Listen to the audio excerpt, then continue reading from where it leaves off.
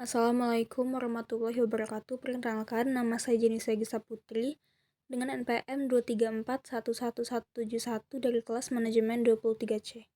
Jadi, di video series yang terakhir ini, saya akan menjelaskan tentang kekuatan penawaran dan permintaan pasar. Yang pertama yaitu pasar persaingan sempurna. Pasar persaingan sempurna ialah suatu pasar dengan kondisi penjual dan pembeli yang sangat banyak, dan produk yang dijual bersifat homogen dan tidak dapat dibedakan karena semua produk terlihat identik sehingga penjual dan pembeli tidak dapat mempengaruhi harga jual beli. Ciri-ciri pasar persaingan sempurna yaitu homogenitas produk atau produknya sama, penjual maupun pembeli memiliki pengetahuan yang baik tentang harga dan input produk yang dijual. Yang ketiga, produsen mudah keluar masuk pasar. Yang terakhir yaitu harga murni, hasil penawaran, dan permintaan. Yang kedua, kekurangan dan kelebihan pasar persaingan sempurna. Kelebihannya yaitu mengoptimalkan efisiensi. Ada dua konsep efisiensi pada pasar persaingan sempurna yaitu yang pertama yaitu efisiensi produktif. Syarat mencapai efisiensi produktif ialah semua tingkat produksi menggunakan biaya minimum dan industri secara keseluruhan harus memproduksi barang dengan biaya terendah. Yang kedua, efisiensi alokatif. Syarat mencapai efisiensi ini ialah harga setiap barang sama dengan biaya marginal untuk memproduksi barang tersebut.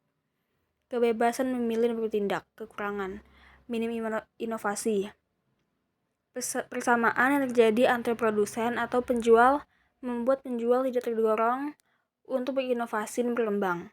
Yang kedua, konflik keadilan. Ada konflik keadilan yang terjadi di internal industri, mulai dari perkara biaya hingga distribusi pendapatan yang tak merata. Selanjutnya, pasar persaingan tidak sempurna. Pasar persaingan tidak sempurna adalah pasar yang memiliki sedikit penjual dan banyak pembeli. Sehingga karena jumlah penjual sedikit, maka penjual memiliki keuntungan dalam pasar ini karena mereka dapat menentukan harga untuk memperoleh banyak keuntungan. Ciri-ciri pasar persaingan tidak sempurna yaitu sedikit sekali penjual dan banyak pembeli. Harga tidak ditentukan oleh pasar, hanya ditentukan oleh penjual. Tidak adanya campur tangan pemerintah dalam menentukan harga. Dan yang terakhir yaitu barang yang diperjual belikan hanya satu macam. Kemudian jenis pasar persaingan tidak sempurna yaitu pasar monopoli. Suatu pasar di mana hanya ada satu penjual yang menguasai pasar dan mampu menjadi penentu harga tanpa adanya satu pihak pun yang mampu menyainginya. Yang kedua yaitu pasar oligopoli, yaitu suatu bentuk pasar persaingan tidak sempurna yang di tempat tersebut terdapat beberapa penjual yang menguasai pasar. Pasar oligopoli hanya terdiri dari sekelompok kecil penjual. Kemudian pasar monopsoni, yaitu suatu bentuk pasar persaingan tidak sempurna di mana di pasar tersebut ada banyak penjual dan pembeli tunggal. Artinya, pasar hanya dikuasai oleh satu pembeli atau konsumen. Kemudian pasar oligopsoni, yaitu suatu bentuk pasar persaingan tidak sempurna di mana pasar dikuasai oleh beberapa pembeli. Yang terakhir, pasar persaingan monopolistik, yaitu suatu bentuk pasar persaingan tidak sempurna di mana terdapatnya banyak penjual atau produsen yang menawarkan barang yang sama, tetapi memiliki ciri khas masing-masing yang berbeda. Permintaan.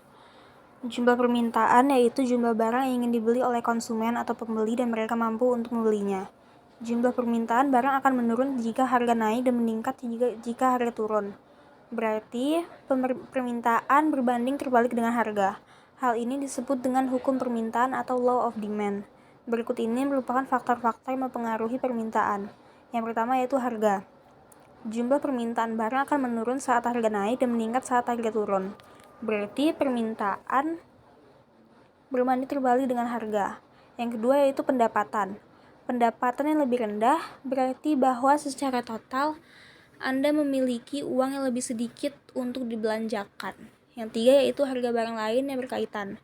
Jika penurunan harga adalah sebuah barang meningkatkan permintaan barang lainnya, kedua barang tersebut dinamakan barang komplement. Yang keempat yaitu selera, yang terakhir yaitu ekspektasi. Perkiraan mengenai masa mendatang dapat mempengaruhi permintaan terhadap barang dan jasa saat ini. Selanjutnya yang terakhir yaitu penawaran. Jumlah penawaran atau supply adalah jumlah barang atau jasa di mana penjual bersedia dan mampu menjualnya. Hubungan harga dan penawaran berhubungan positif karena penawaran akan naik jika harga tinggi dan turun jika harga rendah. Hubungan ini disebut dengan hukum penawaran. Baiklah, sekian dan terima kasih. Semoga bermanfaat bagi teman-teman yang sudah mendengarkan. Wassalamualaikum warahmatullahi wabarakatuh.